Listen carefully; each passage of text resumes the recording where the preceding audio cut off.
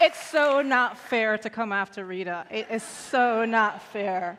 You've set me up for failure, so I'm going to need you all to help me out here. So my name is Jun Grantham. Can you start the slides? My name is Jun Grantham. I'm an architect, and I'm so honored to present to you all today. It is really difficult to be the person or one of us who are presenting truth in a time of celebration. So this is my studio. It's really small. It started in 2014. And I left corporate architecture with the precise intent of working with the community. But I need to find a viable way, and so I've split my practice 70% private, 30% community-based. These are some of our typical projects: sustainable buildings and sustainable infrastructure. But I also provide concept designs for nonprofit agencies for fundraising purposes. And I'm also a sculptor designer, so I fabricate my own light fixtures. I'm also the current president of the National Organization of Minority Architects, Bay Area chapter. So this story is about a neighbor who came to me and said, "June, I want you to design an in-law unit for me." And her reasoning was there were prior 24 families, African-American homeowners, that existed on her block, which was now dwindled down to 5. She was expressing a sense of isolation, fear, and not belonging in the very same community that she had been raised on. And so her solution was to do in-law unit. But I said, that's kind of small. I'm big. I do infrastructure. So faced on this question, I also started to become more engaged in the homeless question. And after being hospitalized for a short time, I went out to do the homeless count and physically interacted with the people, and discovered how many there were, but also learned who we valued and who we didn't value in the society. I also realized that the Bay Area is the 5th largest economy in the nation, and yet in the Bay Area, we were embracing slum urbanism like never before. And this made no sense to me, but it also further galvanized me to take some action and try to address this tiny unit, which I thought was economically approachable, to bring it beyond what it was meant to be, beyond the shed, to make it more about less about housing and more about amplifying who we are as humanity. I saw it as an opportunity to address racial disparities, income disparities, sexual orientation exclusion, disability exclusion in housing. I wanted to solve all of housing's problem with this little tiny thing. But it represents so much more about where we could be as a society. So then I said, okay, what next? And I started to look at Oakland as a whole, because that's where I am. We have over 60,000 single-family homes. Most of them have tiny garages, and this is just a tiny neighborhood in deep East Oakland. And you begin to see the scale of which we can begin to address this problem of homelessness. If we have 8,000 on the street and 60,000 single-family homes, we can solve this. So I then looked at, well, I need a test group beyond Annette. And it turned out that Scott, who's a family friend, was retiring, and his last child was going off to college, so he's now on even less income. Iris on the left has a pre-existing medical condition. She's the mother-in-law of a personal friend, Prescott, who also has a pre-existing condition, and his future wife has a pre-existing medical condition. So they're facing massive financial implications from medical care. And so the in-law unit was a way to start to introduce income security because they already had an asset.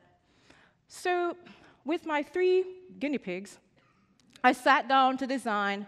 Because I didn't want to do 3 separate designs, I really wanted to find a way how to make this unit into a product. And so I started to look at it as, what do I want to introduce to the in-law unit? And the thing that I wanted most to do was to take it beyond the shed, which was being produced, and look at it from the position of culture and how we socialize. And so the unit has 4 components, but the most important part of the component is actually the part that says smile. The place where we interact and socialize. The deck, or if you're from the Caribbean, the veranda. From the South, the porch. That's where we hang out, that's where we gossip. It's the place that you control before someone enters into your home. And so it's a place of dignity, and we're starting to address cultural needs. I also want to look at it beyond the boundary of the building, as if we assemble a whole bunch of these, and we're starting to create community around the unit itself. And so we started to look at how do we build it? How do we get it on site? And I started to look at the history of barn raising, where we all come together to lift the wall. This wasn't an expert, but these are local folks. And so that became part of the design solution, was to create a wall system that was demountable, that could be brought on site, and as a community, we could come together to create the solution and build the unit ourselves. And so that became the framework for the construction of this tiny unit with, of course, the deck. So we sat down, now we had dignity, we had community engagement, and we finally figured out, okay, what's the floor plan? And as a result of focusing on just community empowerment and dignity, we started to create and came up with the simple plan that resulted in 32 different options. And you're seeing how this box, we were able to manipulate, change the roof line, change the floor plan a little bit. We came up with 32 different floor plans, and we thought we were done.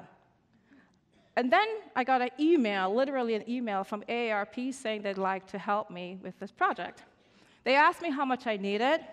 I told them $500,000 because I wanted to build 3 units. They said, we have $50K. I said, forest or trees, I'll take it.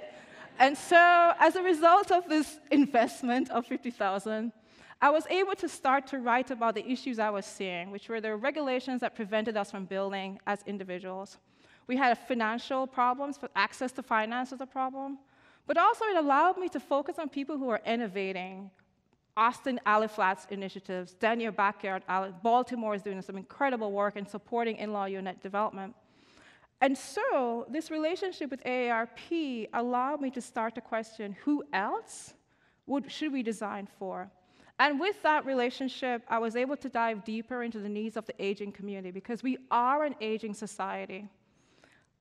So that really forced me to look at the price point of this basic unit, and we came up with $135,000 to $150,000 was going to be the entry point for an in-law unit in the backyard.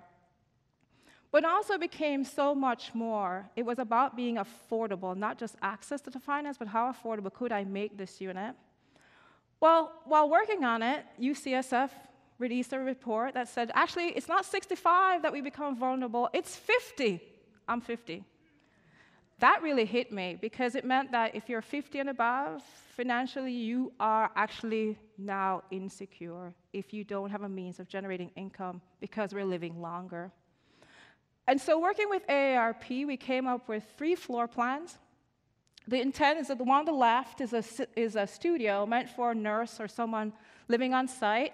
The one in the middle is a 1-bedroom, 500 square foot, and it recognizes that you might be older, you've moved out of the main house, and so you move into the unit, and so we're providing a built-in ramp as well, recognizing that you might have, I have hip issues, so you might be moving into a situation you're not as ambulatory. And the 850 square foot unit is a 2-bedroom with the intent that those who have it like that can build a 2-bedroom investment and be secure about their income in the future. And so we were off. We've got design, we've got a construction technique, we've got 3 plans that start to address aging in place, thinking about the future, but it's not enough to get construction going. So I convinced AARP to give the plans away. So if you go right now to futureofhousingaarp.org, you're able to download full free 3 floor plans at any point in time, and you're saving yourself $10K to $20K. So their $50,000 allowed me to invest in the rest of the nation. So what keeps me up at night? This keeps me up at night. There's a current branding effort by the state of California with the 3 words, production, protection, preservation. The problem with these 3 words is we've been here before. This is a post-World War II construction site where we were building 750 square foot homes every 16 minutes. But the backside of that is that redlining was also invented at that point. And so my question is, if production, protection, preservation does not include fair access, who's going to profit again this time? Will people of color be excluded from this venture as we all rally around building? I'm not against building, I'm an architect, but I'm also an economist.